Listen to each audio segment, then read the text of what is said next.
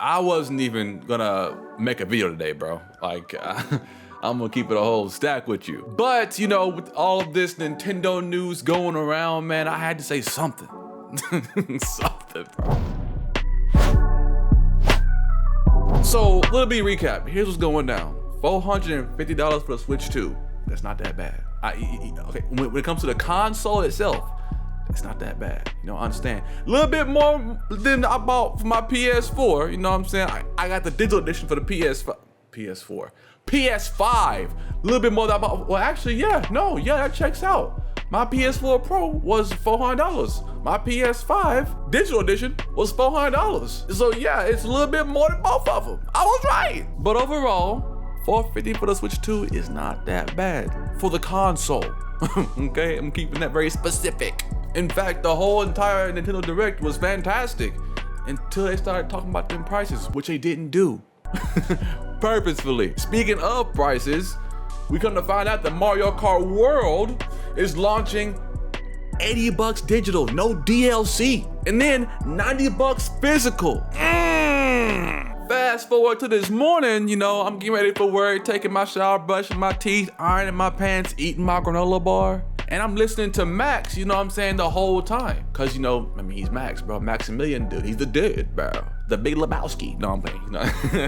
But no, like I was listening to Max, you know, and he goes us way back into Wayback Machine, you know what I'm saying? He takes us back to the 90s. I was born in 96, so I was not privy to these sale prices of these games during that time. But he was telling us that he bought Killer Instinct. Not he, but his mom bought him Killer Instinct for his N64 for $95. I want to remind everyone what this was like in the SNES and the Genesis era. I pre-ordered Killer Instinct for my Super Nintendo when it came out. That game on the receipt was $95. $95. I mean, my man pulled up a Toys R Us ad, multiple Toys R Us ads from the 90s, and one of them had, I think it was an N64 or an SNES, one of them on the left. And then they had a PSOne on the right. On the Nintendo side, you could see that there were games that were like 60, 70, 65. And then on PlayStation side, you could see there were games that were like freaking $49.99, $50. And he said, depending on which Toys R Us you went to, you can even get them a little bit more, a little bit less for the PlayStation games. But so you got one side, standardized gaming prices, another side, not so much. And so this is nothing new. And we gotta pull up some examples. We're gonna take you back to the when games used to cost a ton of money. Here is an idea of somewhat standardization happening. PlayStation games are right around the $50 mark. Depending on where you buy them at Toys R Us, they sometimes would mark up. Some places would not, some places would. But if we look over here on the N64, games are at the PlayStation 4 generation of pricing for the majority of first-party games, and it's all over the place, man. 65, 60. If games had a license in some way, my dude, they were costing $70. Let's go back a little bit more. Super Nintendo, yeah. Hey, you know what? I'm a Capcom fan. Duh. I'm a guy that likes arcade games. I want to get my arcade experience at home, and I want to experience the arcade.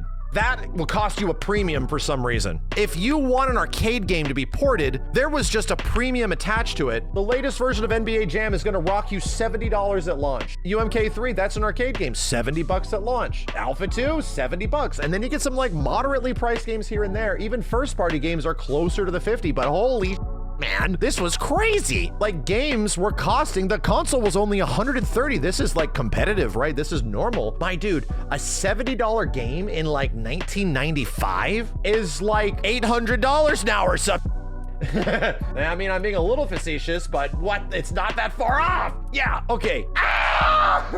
This was me! My N64, when I eventually got one from a friend, had one game because I couldn't afford anything, dude. It's $80 for KI. This was the exact same on SNES as well, right? Shadows of the Empire, $80. Like, holy mother of God, dude. Here's the good one. Yeah, this is what I'm looking for. Dude, Donkey Kong Country 2 was only $79.48. Killer Instinct was one of the most anticipated arcade games to ever show up on a piece of hardware. They were promising the world, you are getting the arcade experience at home. Are you ready to pay for it? It was $90. And I'm telling you, like, my mom bought this for me. It cost $95 when it was rung up. It is crazy. Game prices were out of control back in the 90s. They were out of control until PlayStation came around. And then after this, N64 games got a little bit cheaper, and then GameCube games were all $50, you know? Like, yeah, man, like, you know, like Nintendo is tripping right now, bro. This is not the first time Nintendo has been on some timing like this, bro. Nintendo charging $80 for a game, Mario Kart Worlds, it's not new. It's not new. They done been here before. $90 for a physical copy. They not new, bro. It's not new. They been here. They been here. Say no. They treading old ground. Old ground, man. Old ground. And y'all need to hear this. And now here we are again.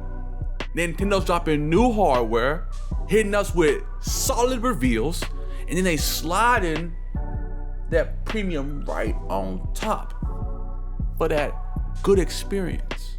But is that good experience, that premium experience, is it worth it today? $90 today in today's economy in 2025? I don't know. You know what I'm saying? Like, my wife's a Nintendo fan. I showed her the Donkey Kong Bonanza trailer. She likes it. You know what I'm saying? She's asking me, like, you know, when you gonna get it? Like, you know? And so it's just like, the question I want to ask is, are we gonna let this slide? Like, is $80 games gonna become the new normal, or is it just gonna be something that's like just Nintendo? I hope to God that it doesn't become a new normal. You know what I'm saying? Because I don't want to see gaming being priced all willy-nilly.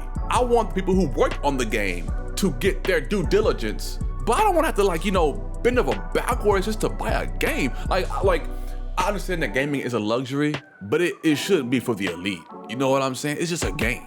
It's just a game. But I want to hear from y'all though. Are we gonna let this become the new thing? Is this gonna be how we just let this rock? Oh, and also, if you got any old stories about outrageous prices for games for back in the day, let me know. Tell me about your craziest receipts. Because again, born 96, I'm only 28. You know what I'm saying? I got some skin in the game, but I ain't got too much skin in the game. You know what I'm saying? I'm not Maximilian Dood level with it. You know what I'm saying? He's a fighting game veteran. I'm just casual hacking / adventure running racing gamer sometimes. And by racing, I mean Mario Kart. I'm not no Forza or Gran Turismo, all right? Just keep it a buck, all right? But yeah, man, that's about to do it for me right now. But for real, let me know. Let me know something. Let me just, you know, give me the tea, because this is crazy.